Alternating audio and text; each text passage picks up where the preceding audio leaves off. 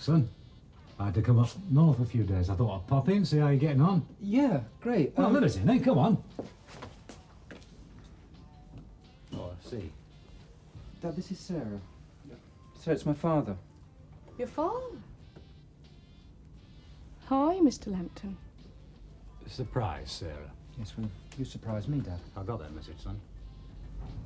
I just remembered. I left my cigars in the car.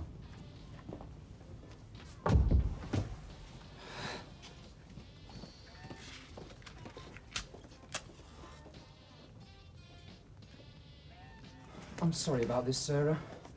When you said it was your father, I wished I could have disappeared down a crack in the floor. I can't see him arriving just like that. Look, Harry, I think it'd be better if I left now. No, don't go. I'd rather. Do you think he's going to mind very much about finding us? He's probably more embarrassed than we are. Yeah. You're going to tell him about, No, not yet. He's not going to like it very much. My mother even less. You'll ring me tonight, then? I'll ring. Oh, goodbye, Mr. Lambton. Goodbye. Sarah.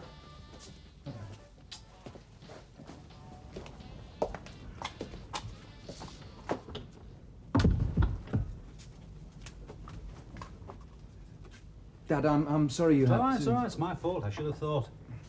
She's a nice girl. I'm sure she is. I've known her for some time. Is she a student? No, she's a secretary at the university. Oh. Well, what are you doing up here, then? Dispute at Worley Engineering. You comfortable here? Suits me fine. Still, it's only a few more weeks, eh? Then you'll be coming home. Can't tell you how much your mother's looking forward to that. How is Mother? You're fine. Good. Sitting, isn't it, that dispute at Worley Engineering? Aye, the men have started using your student tactics. Certainly made the management look a laughing stock. Not so funny for me. I'm part of the management. Hudson Holdings bought out Worley Engineering last year. The big chief has sent me up to try and get the men back to work. You're going to have your work cut out. The men are determined to stick it out, and we students are 100% behind them. Oh, I'm sure the men are grateful for that. You'll get a warm reception when you arrive in that. Hope the landlord's not seen it. He'll double the rent. I'm not going to the factory in that or anything else. Start my investigation tomorrow morning. Grand Hotel, Pennine Suite. I might put on a boiler suit just to show I haven't forgotten the lingo. And have you forgotten the lingo, Dad? I don't think so. Deputy chairman of one of the biggest companies in the country. You've come a long way from Dufton. 6,000 strikers will be enough. Don't you start having a go at me. I'm not having a go at you, Dad. Well, it's just that there was a time when you would have been on their side. Well, times change. When you've had your fun as a student, you'll change too. You'll realise there's only one side to be on, and that's your own. Well, come on, let's have a brew up. Few bits, please. No more bits.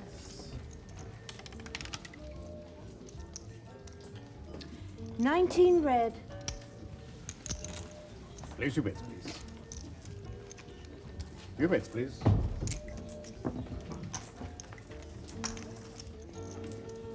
The owner of the club would like to see you in the office. Like to see me? What for? He'll tell you that himself, sir. I'll show you the way. I said I'll show you the way, sir. Look, if he wants to see me, why can't he come down here? It would be better if you came to see him. All right, hang on to that, look. 12 red. Hey, look, that's me. You want, sir? Are you coming with me, sir? Ah, just a minute, just a minute. Thank you, sir. There, love, save that for the last roundup. Thank you, sir. Now then, take me to your leader.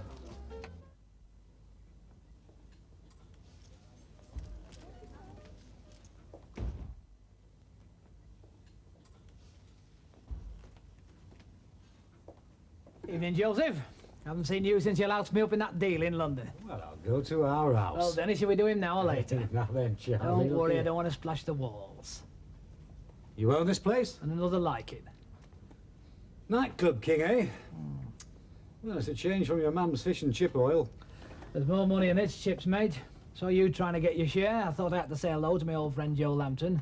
Oh, so that's why you sent Buttons here to get me, is it? This is Denny Enthorne. How do you do? Hey, all right till now. Denny manages the club. Want to be managing a rugby league club. Yeah, he used to play for one.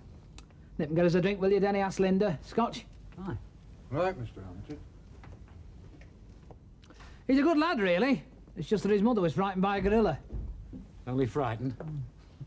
Well, I'm glad to see you doing well, Charlie. Yeah, Yeah, bloody surprised and all, I dare say. You left me for dead, didn't you, bastard? Crapping all over me in that land deal. But you did me a favour, lad. That's me, Charlie. I'm always doing people favours. Use the money to buy this place. I see you bought yourself a posse as well. They're me deputies. The drinks, Mr. Armitage. Thank you, Linda. Notice you got over your broken heart too, Charlie. This is Joe Lambton. He owns the Rolls Royce you saw in my private parking place. Oh, I'm sorry, Charlie. Didn't I leave you enough room for your tandem? Hello, Linda. Hello. How'd you like your whiskey with water or soda? Straight.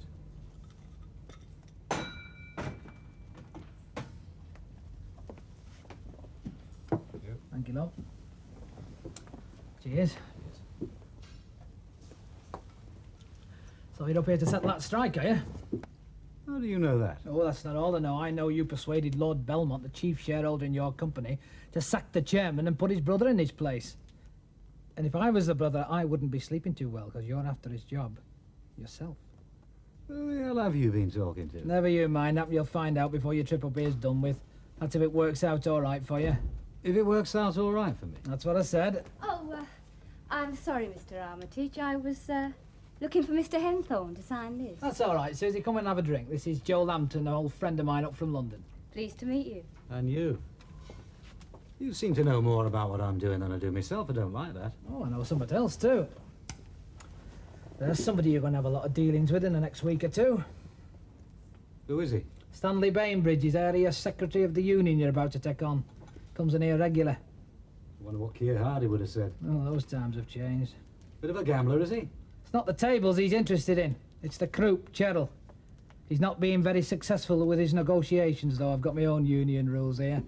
Croups and customers are not allowed to touch. Croups fraternise with nobody. Very model, Charlie. Unless you own the place. Or you're a friend of the management.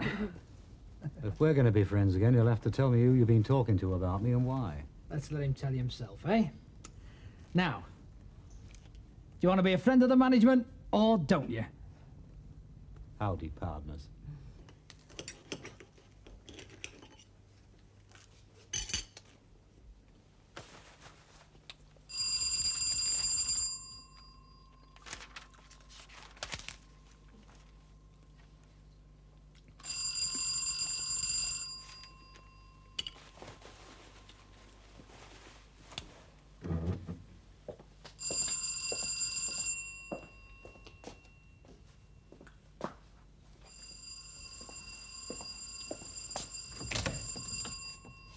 You're Lambton, are you? Yes? I'm Colonel Broadhurst, Managing Director of Wally Engineering. I was in my office at 9 a.m. waiting for you. Oh, you got my message then? Yes, I did. And an insufferable impertinence I thought it was. Come in. Thank you. You had your breakfast? Breakfast? I've had no time for breakfast. You want some? I'll send down for some. No, thank you. Well, you don't mind if I finish mine, do you? Come on in here. Have a seat. You want some coffee? Nothing, thank you. If you don't mind my asking, what are we doing here? I had expected to see you in my office this morning. After all, we are investigating a dispute at Wally Engineering, not the Grand Hotel. Oh, Colonel Broadhurst, I am investigating a dispute at Wally Engineering and in my way. I'm afraid I don't understand your way. Look, there are 6,000 men on strike. Stocks of the car components we manufacture will run out within a week. When that happens, the entire motor manufacturing industry will come to a full stop. And not only the industry is affected, but the export orders, and therefore the country as a whole. And what is your way, Mr. Lambton? Sitting here, having breakfast? I've already started. Oh? Ah, you're the first witness. I am what? But you've already had my report in full. I hope you'll remember that although your people may have taken over my family business, I'm still managing director, and as such responsible for the administration of Wally Engineering. And as such responsible for the dismissal of the shop steward that started the dispute? Indeed I am. Of course I dismissed him. Because your Sir George Hudson walked into my office one day last year and tossed down a manila envelope containing enough share options to take over my company, doesn't mean I can't run it the way it's always been run. Doesn't it? No, it bloody well does not. Financial contingencies may have prompted us to go public, which led to the crude and distasteful way Hudson walked into my office to announce his majority control. I nevertheless insisted, and the shareholders agreed, that I should remain as managing director. I'm aware of that. Then I must also make you aware of the fact that I'm not standing for people like this self-opinionated shop steward trying to tell me how to run my company, trying to hold us to ransom, and ultimately the whole country to ransom. Oh, come on. They've occupied my factory. They're there 24 hours a day playing cards and dominoes. How very subversive. It's ludicrous. They think they own it. Some of them have been there long enough, they must think they've invested as much in the place as the shareholders. They must think that they're their machines, their building even. Good God, you sound like one of them. I have been sent here to look at both sides. Don't you realize that if somebody doesn't take a stand, these people who are having a so-called sit-in will be going down to Westminster next, sitting in Parliament, trying to tell us all how to run the country? Look, Colonel Broadhurst, you might be in charge locally. You might want to cling to your traditions and keep face with your local political friends. But the company is losing millions of pounds, and I represent the company. Now then, this man was dismissed because he disobeyed some local factory rule. Most definitely. Right, well, I'm not going to take your word for it. I'm not going to take the word of the works manager. I'm going to see this man again, and his union secretary, and anybody who's got anything to say about the incident that day. I'll even talk to the bloody office cat if necessary. Before you'll accept my signed report. Very definitely. I've already made arrangements to see these men today. I see. And without even consulting me.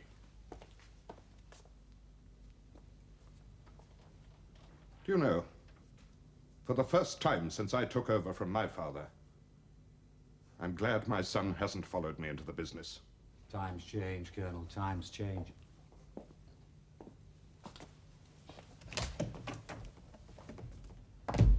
And some of us think it might be a bloody good job, too.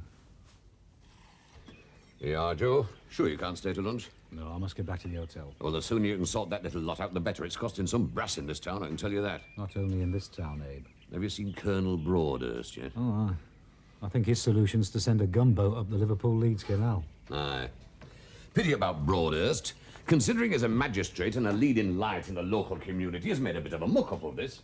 He doesn't seem to think so. Oh, doesn't he? Well, he doesn't know it yet, but he's got another thing coming. You see, there are a few in Whalley want to back an independent candidate, and he was going to be their man. Only opinions have changed because of the way he's managed this strike. Sit-in. Oh, strike, sit-in, they're all the bloody same. So you're the one who's behind this breakaway political group, are you? Like me and one or two more. It doesn't matter which candidate represents who nowadays, they're all the same. We want to get our own voice into Parliament. And there's plenty of money backing us too, Joe. It'll be a voice with some power behind it, I can tell you that. Yes, Whalley will be a very sound power base for the right fella. And Broadhurst is at it now, is he? As good as, though he hasn't been told to his face yet. Have you seen Harry? Oh, I've seen him all right. Oh, he wasn't doing any of this Union of Students larking, was he? Somewhat like that, but not in the way you mean. You ought. Nothing, Abe. Only he's been getting beyond the joke with that student union bit, as Harry, lately. Could be embarrassing to me with my interests round here. Could be a bit embarrassing to you too, Joe. They want taking in check a bit, these young students. Oh, he's embarrassed me a bit already. Ah, well, there you are, you see. Still, you get shut of the problem when you take him down to London. Pity. He seems to have drifted away from me since I was at the university. I've got big plans for Harry. Oh, Joe, there you are. How nice to see you. Just been talking to Susan on the telephone. Oh? Well, she tried to get you at the hotel, but you'd missed you. She couldn't find Harry either. Anyway, she said the result of her medical checkup, she's absolutely A1. That's marvellous. Ah, that is good news. That fellow I recommended in Harley Street knows his stuff. Ah, well, he's not exactly on the national health, you know. It pays to get the best. I knew you'd be delighted. Now I must leave you two to talk business. Not for long, though. I've got to get back to the hotel. I'll ring Susan from there. Perhaps I'll see you again later then, Joe. Can't you stay for another one, Joe? No, I've got to get back. I've some people to see concerned with the dispute. Lord Belmont's away for a few days. Before he gets back, he'll expect me to have settled it. Doesn't like bad news, and I don't like to give him any. Well, good luck with it. The fellow who solves that will be able to write his own ticket. Is that so, Abe? It's worth thinking about, Joe. Oh, it is that, Abe. I invited Mr. Norton here today as the shop steward at the centre of this dispute to tell me in his own words what happened. And as the area secretary, Mr. Lambton, I'm here to look after his best interests. I've no doubt you are, but I've yet to hear from Mr. Norton. Now then, Mr. Norton, you're aware that under company rules, shop stewards may not hold meetings on company premises during working hours. Of course he is. The works manager reported you to the managing director for breaking that rule. That's why you were dismissed. I didn't break the rule. The foreman complained to half a dozen men about the way an assembly line job was being done. He told them if it wasn't altered, they'd be sacked. The men wanted to see the works manager and they came to me for my advice. I told them we'd have a meeting outside and after we clocked off. Aye, but the men did try to see the works manager. Oh, aye, because they're so blazing mad at the foreman. He'd seen them talking to me and he jumped to the conclusion that I'd held a meeting there and then and advised them on that course of action. So that's why Colonel Broadhurst had you dismissed. And 6,000 people came out in sympathy. It was a clear case of victimisation. That Colonel Broadhurst, he lives in the 19th century. I can tell you, he always did. I went for my first job there ever after school. He kept me waiting for 2 hours. And then he said I'd never get a job in his office. And do you know why? Because I had a frayed collar. It's got nothing to do with this dispute, Mr. Bainbridge. The Broadhurst family have practically run this town for generations, and I suspect the fact that you've taken them all from London isn't going to alter their attitude to the likes of Brother Norton here. You have been warned once before about holding an on-the-spot meeting. Similar circumstances occurred on that day too. Look, you're wasting our time, Mr. Lambton. You know as well as I do that even if you accept Brother Norton's story, you couldn't reinstate him. That would look to your board in London as if you'd come up here and been pushed around by the unions, wouldn't it? I'll make up my own mind about that. You've got to stick by Broadhurst, right or wrong. He's the one that's going to climb down, and we're going to stick it out until he does. And knowing him, that could take a very long time. You realise you're jeopardising a major part of the nation's motor industry. Not us, Mr. Lambton. It's Colonel Broadhurst who's doing that. Well, I think you've heard all that Brother Norton can tell you. So where does that leave us, Mr. Bainbridge? I'd say deadlock, Mr. Lambton. Well, there's just one small point I'd like to bring up with Mr. Lambton. I'll see you downstairs in the hall, Vic.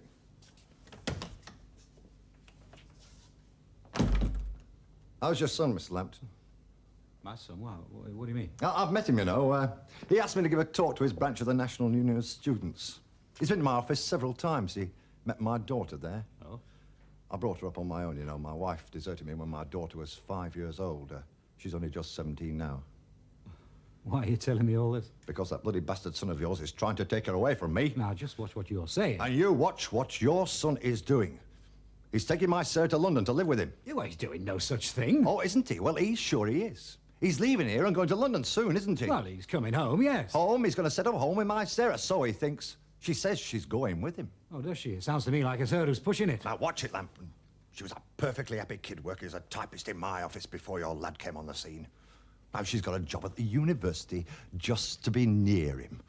She's coming home at all hours. And one night last week, she didn't come home at all. And where was she? With that bloody son of yours. Look, I know nothing about all all this. this. I'm telling you. Unless you stop him taking her away, you'll get no change out of me. Do you get my meaning?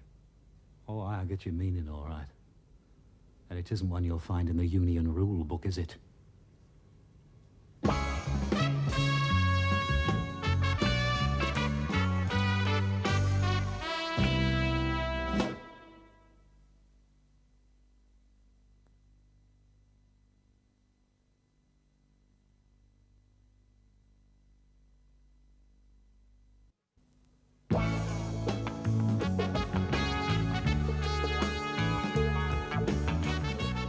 Now, you flaming listen to me. You're not taking that girl to London. Oh, yes, I am. And you might have told me she was Stanley Bainbridge's daughter. I didn't tell you because I knew you would react just the way you're reacting now.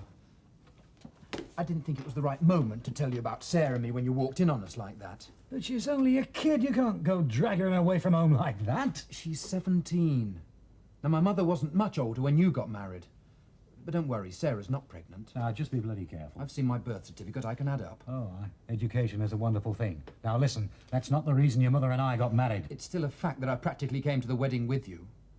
And I am not dragging Sarah to London. She wants to come.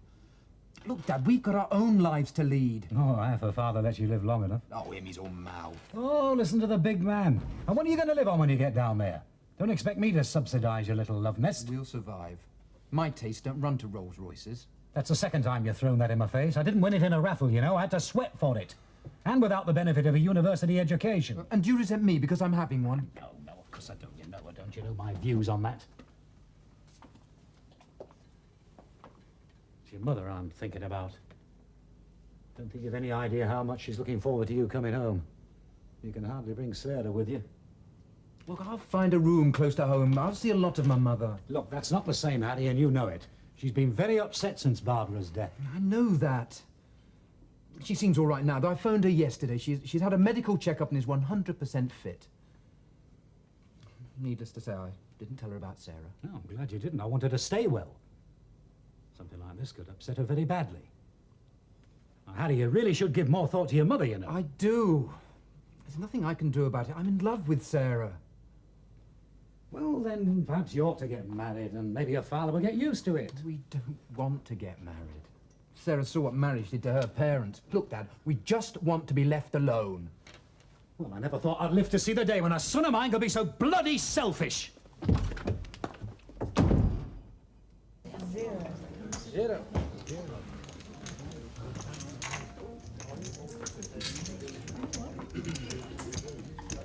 Place your bets, ladies and gentlemen.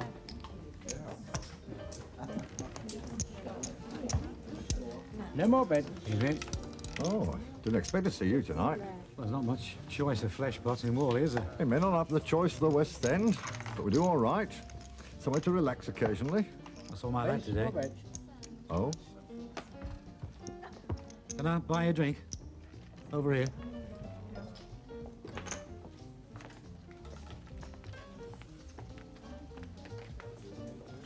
Well, what do you say? Can I get you something? Whiskey and water. I'll make it 2. Well, you were right, except it's 6 of one and half dozen of the other. Have you talked him out of it? That's all I want to know. Not so far. They both seem very determined. Well, you better start getting determined to stop him. Look, I'm trying, but I don't like threats. It'll be more than a threat as far as your lad's concerned. If he takes away my daughter, I'll follow him. Well, you can't drag her back. Who can't? I'll make that son of yours sorry, the dirty little pup. He's got the moles of a pigsty. Yeah.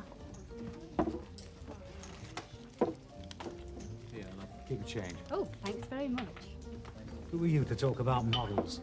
What's that supposed to mean? You giving me all that sob stuff about raising your daughter, how you worry yourself sick when she doesn't come home at night. I'm told you haunt this place. It's her, isn't it? Your eyes stand out like hat pegs when you look at her. What's that got to do with you? I can look at an attractive piece if I want to. I'm divorced, you know. I'm a free man. Well, just don't give me any of your models crap, that's You all. wouldn't understand if I did. I found out 1 or 2 things about you, and I know who your son takes after. He's just like you, and that's another reason why I don't want him taking away my daughter.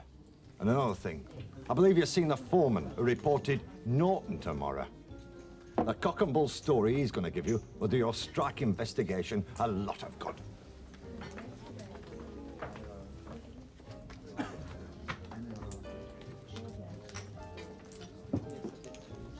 Yes, please. Hey, what's up with him? He's left his drinks. Have you 2 had a Barney? No, he was just giving me some fatherly advice, that's all. Thank you, Mr. Williams. You've been a great help.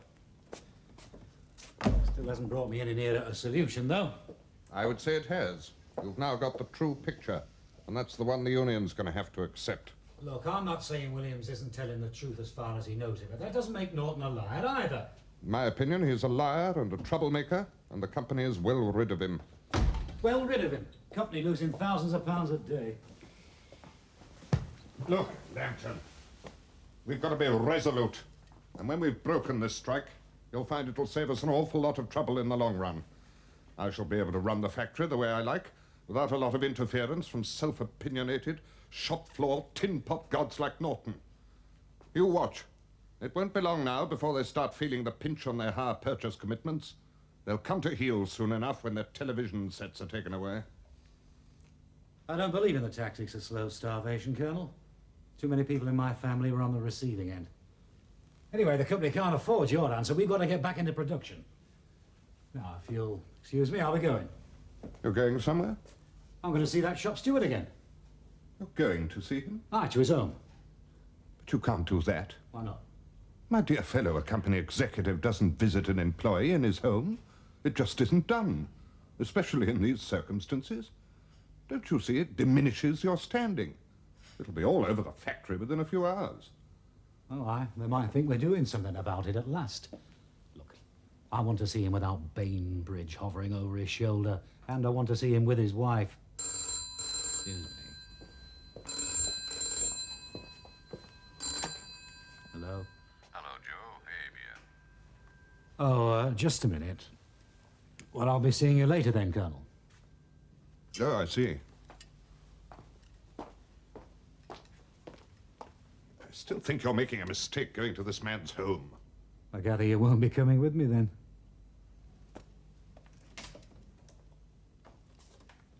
Sorry about that, Abe. Just getting rid of somebody. Broadhurst.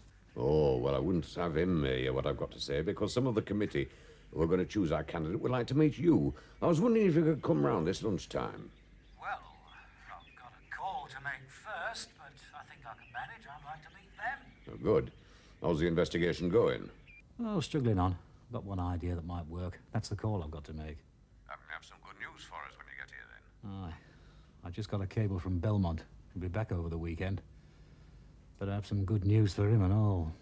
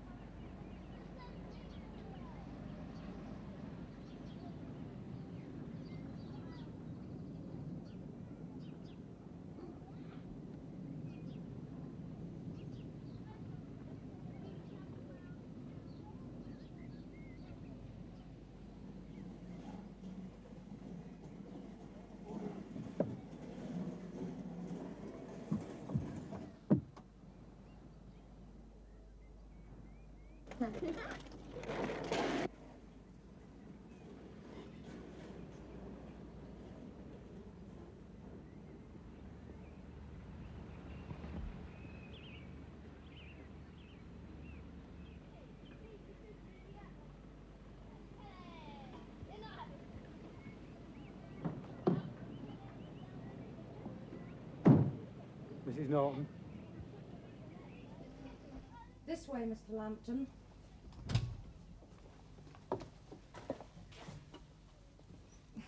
Well, Vic shouldn't be long.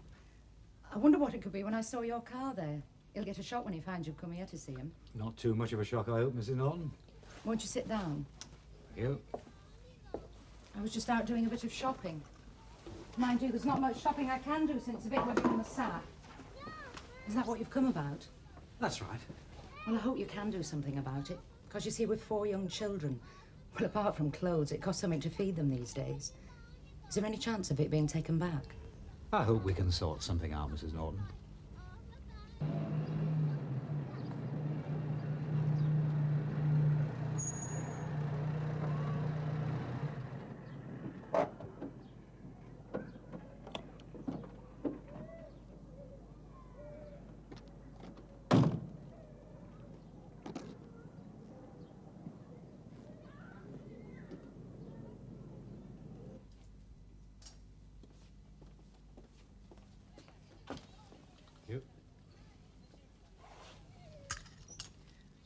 Would you like a biscuit?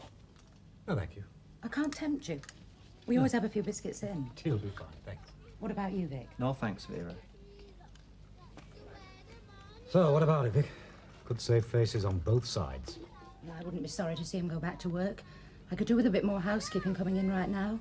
Mind you, we could do with a bit more even when he's in work, couldn't we, Vic? Yes, love. And if you don't get your job back there, you know, you won't find it easy to get another one round here. I mean, there is nowhere else. And I think it's very good of Mr. Lambton to come up here to see you. All right, Vera, all right. You don't think I like being the cause of the strike, do you? So what you're saying then, Mr. Lambton, is that the firm will give me my job back if I resign as shop steward. That's right. Then it'd be a drawn game. Well, I'd be happy if he did pack in being shop steward. It only takes up his time and gets him in bother. He puts all them hours in and loses his overtime, and the men are never satisfied. You're forgetting one thing here, you know, Vera. I'm in the right. And the union's going to show solidarity at Worley Engineering with Broadhurst running it. Besides, I like being a shop steward. I'm not saying you won't be a shop steward again. I'm just saying that you resign for the time being. It's a reasonable compromise to get everybody back to work. You mean I could get re-elected, maybe when it's all blown over? Of course. Well, it makes good sense to me. Aye. Well, like you say, it's a face saver. But I'd agree to it. Marvellous. Well, that's it then. Except for one thing. I couldn't possibly do it without the agreement of Stanley Bainbridge. I've got it in there, the palm of my hand, the answer. I can just get round this bloody Bainbridge. Oh, he's a real fly in the ointment, is that fella. I've had some dealings with him myself. One way I could get round him. What's that? Just thinking out loud, Abe. You know, there isn't one member of our committee who isn't losing money over this Worley Engineering dispute. Here, finish this off. I'll get another bottle. They'd all be grateful if you could settle it.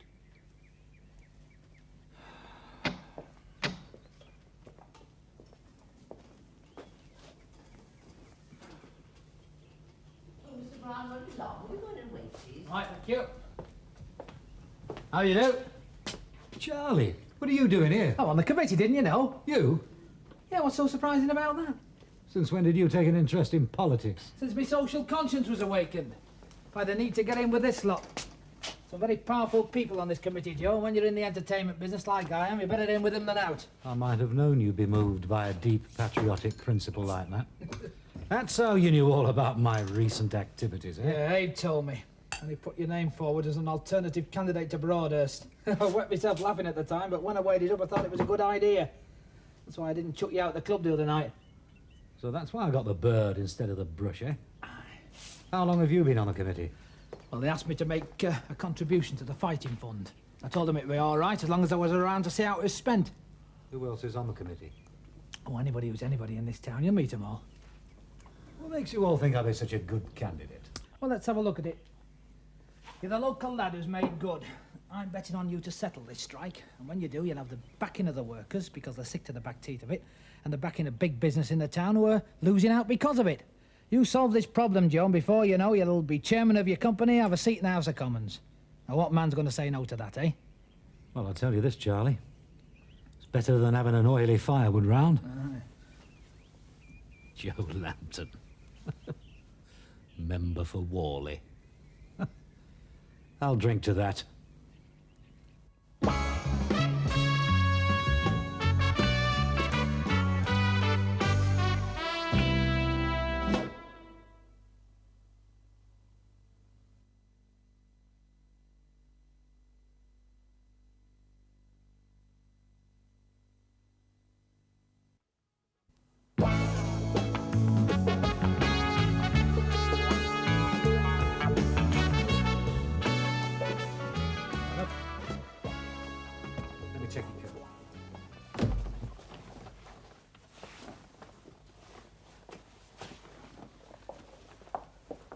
So this is the Pennine Suite.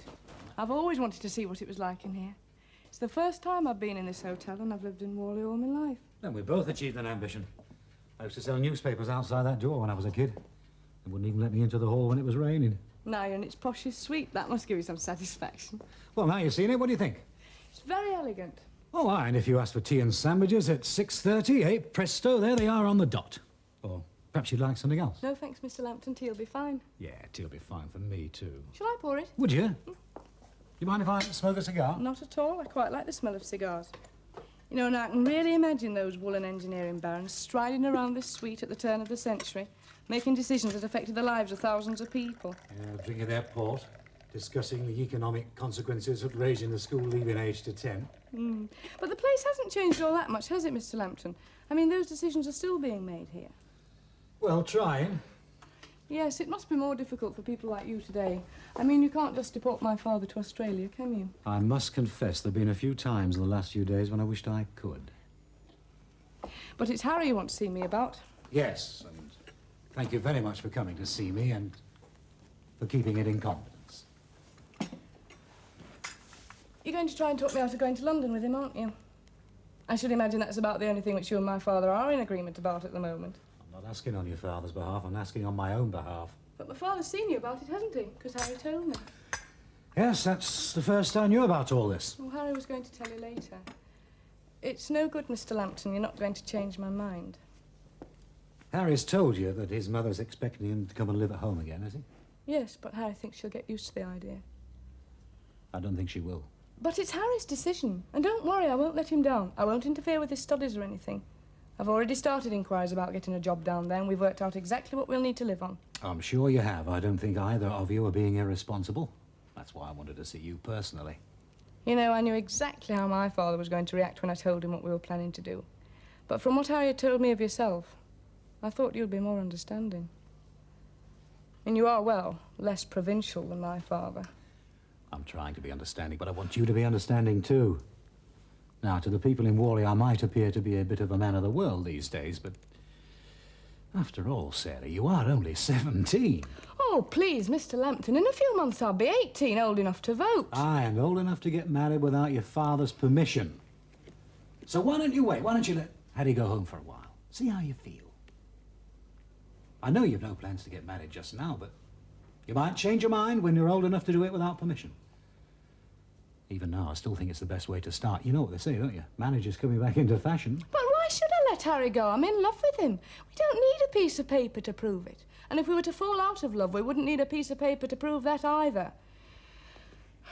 When my mother left home, it took my father nearly 4 years to get over it. And I don't think he's trusted a relationship with a woman since.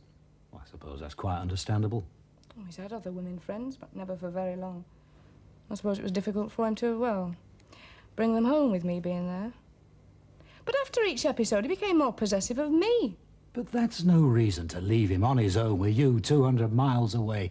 After all, he's sacrificed quite a bit to bring you up. That's just it. I don't want him to go on sacrificing himself for me. That's what I can't tell him, that it would be better for him if I were out of the way. Then perhaps he could have a proper relationship with somebody. I mean, after all, he's still quite a young man. You must see that. That's only a theory. But it's a theory I'm going to put into practice. When Harry leaves here, I shall be with him. Thanks for your hospitality, Mr. Lambton. Now, if you'll excuse me, I'm meeting Harry tonight. Sarah? Yes? Come back here a minute, will you? Something I desperately wanted to avoid having to say. You know about the accident in which Harry's sister was killed?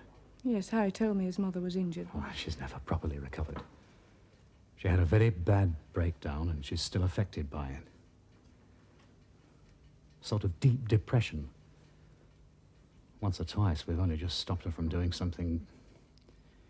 oh, bloody stupid. You know what I'm talking about? Well, Harry coming home could help a lot, and if he doesn't, well... it's not a risk I want to take. I'm sorry, but that's how it is. Harry doesn't know anything about this, you know. He thinks his mother's properly recovered. I wouldn't like him to have something like this on his mind when he's studying. So you must promise me, Sarah, not to tell him. Now you know why Harry must be allowed to come home again, don't you?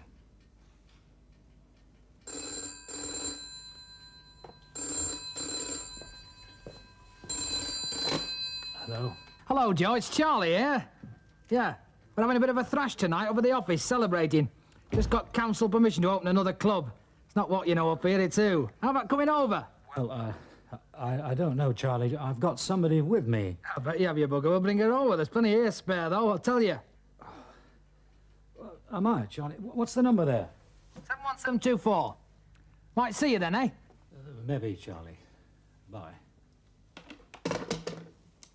I'm going to Harry now. Right. If you should want to talk to me again tonight, I'll be at this number.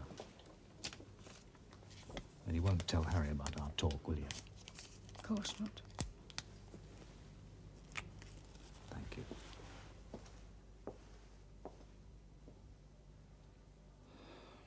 Come come on, everybody got a drink now. I don't want to see an empty glass if you don't mind. Come on in, Joe. Come on, you've got a lot of catching up to do. Anybody who doesn't know, this is Joe Lambton, a pal of mine from London. Get yourself a glass, Joe.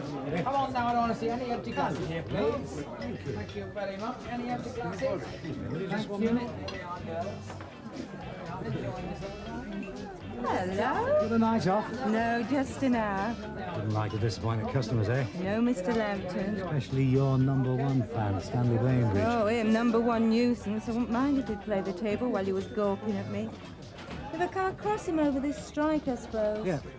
I've seen him talking to you. Does he ever chat you up? Well, he does when he gets the chance. But only on the nights he's had 1 or 2 drinks inside him, like the other night. Does he ever talk about the strike? Oh, yes. Very romantic he is. His idea of sweet nothings is 10% pay awards and new overtime rates. What does he say about it? I don't listen very carefully, but I don't think he's got any idea how to settle it without making a bit of a fool of himself. Oh, you've met Cheryl, have you, my favourite crew? There's a kiss, love for being so good. Oh, God, this is the life, Joe. When I had my carpet mill, I never had a workforce that looked like this. Ain't no union bothered either. I should have been in it years ago. Hello, chicken. Oh, my God, you're looking good. How's the entertainment business survived so long without me? Do me a favour, Charlie. Don't go down to Soho. You'll give the place a bad name. Hey, I'm thinking of opening a striptease this Saturday. Nothing tatty, you know, classical, artistic. You'll have to audition them yourself, will you? Make yourself suffer. Definite. Yeah. That's right, Oh, Susie. thank you, See, he love. doesn't go short. Excuse me. There's a phone call for you, sir. All right, excuse me, everybody. Won't be a minute. Everybody got drinks now. Come on, no empty glasses, please.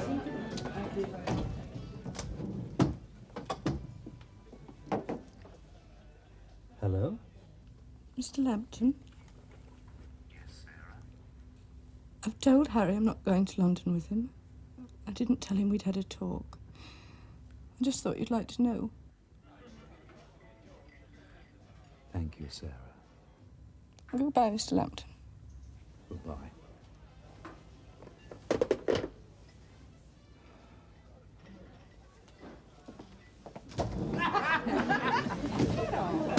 All right, Joe.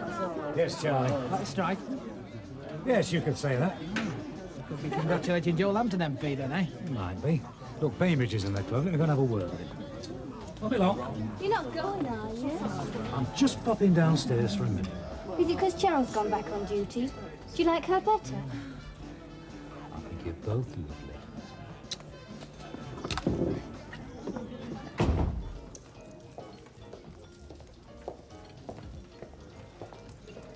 Are you following me or something? I always know where to find you this time of night, Stanley.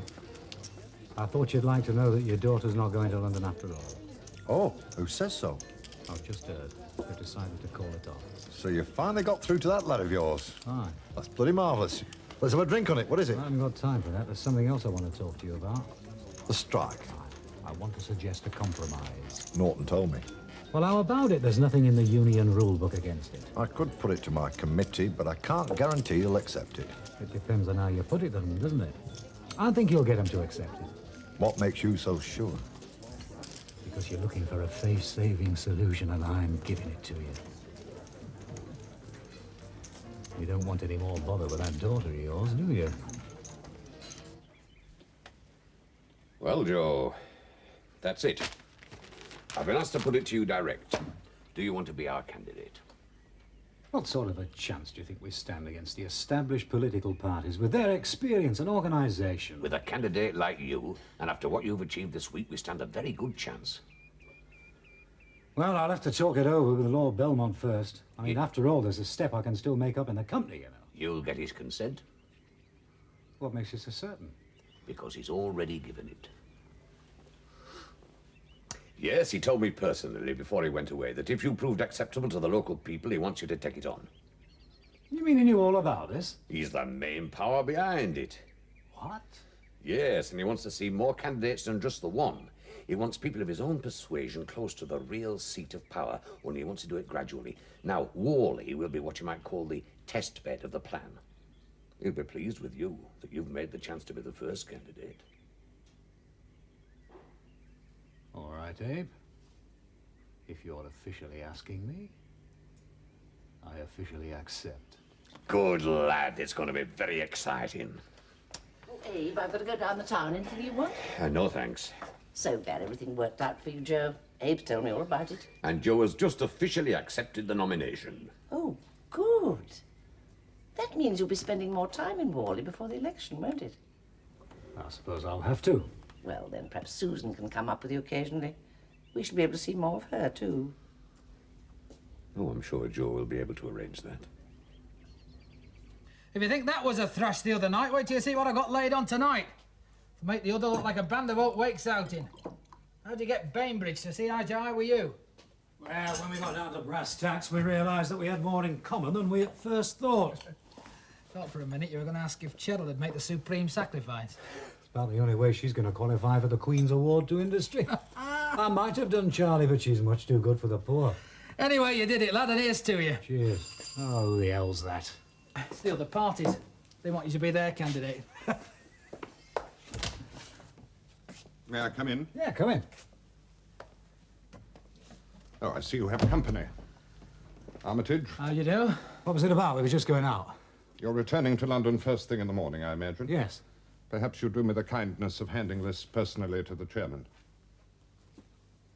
Oh, yes. It's my resignation. No harm in telling you in front of Armitage.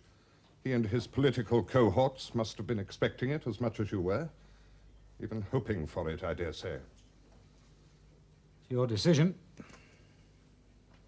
The only decision I made is that I won't take orders from your sort of people. I wrote that from the same desk from which my father and grandfather ran the business, after I'd given the necessary orders for Norton to be reinstated. Perhaps when people like you take over. It's time I retired anyway.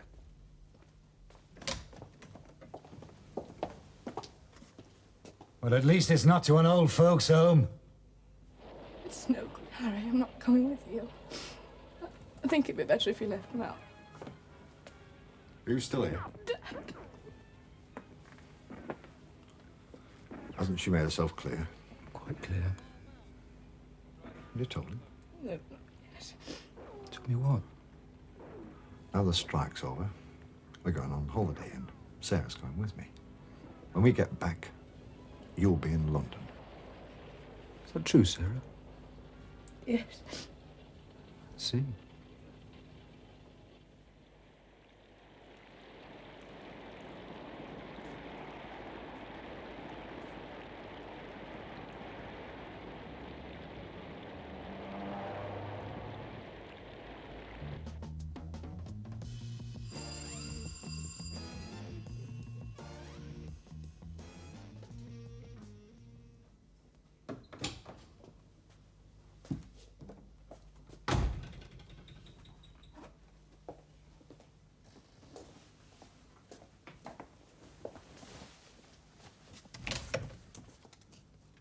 Hello, Alison. What is it? Hello, Dad. Sarah's not coming with me to London. I just thought you'd like to know I'll be coming to live at home, you and Mother. Good, I'm glad. She changed her mind because she thought we were being selfish. You were right, Dad. I'm sorry we had the row about it. You wanted what was best for Mum. That's right, son. Hey, what are you doing, Joe? The champagne's losing its fizz. All right, loves. Get back in there. Won't be a minute. Hey, come on. Just give me. Don't come down, will you? Come on. Hey, don't spit it. Oh. Dirty bastard. Now, look, Harry. You dirty, lousy, hypocritical bastard. You can talk to me, my mother.